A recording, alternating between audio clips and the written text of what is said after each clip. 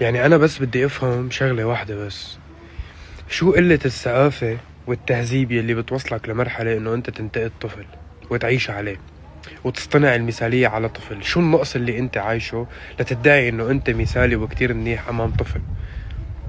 يا مثقف بعمر ال6 7 سنين ل8 سنين، الطفل كتير بديهي يكون عم بدور على الترفيه، والفن هو إحدى أنواع الترفيه. فكتير طبيعي الطفل يكون بيسمع موسيقى وحافظ غنية وعم بغنيها. على شو عم تنقده؟ شو عم تعيش عليه؟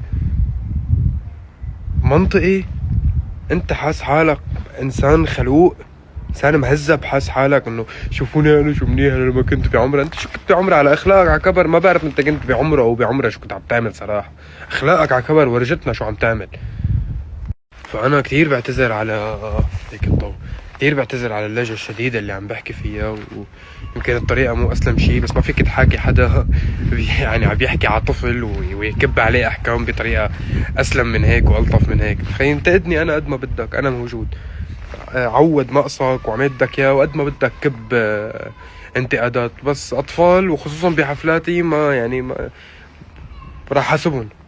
وعد راح حاسبهم، بس شوفهم وبس شوف حدا بقى عم ينقد راح حاسبه، ولو بدي احط راسي هيك 3 4 سنين ملاحقه محاكم. بحبكم كتير.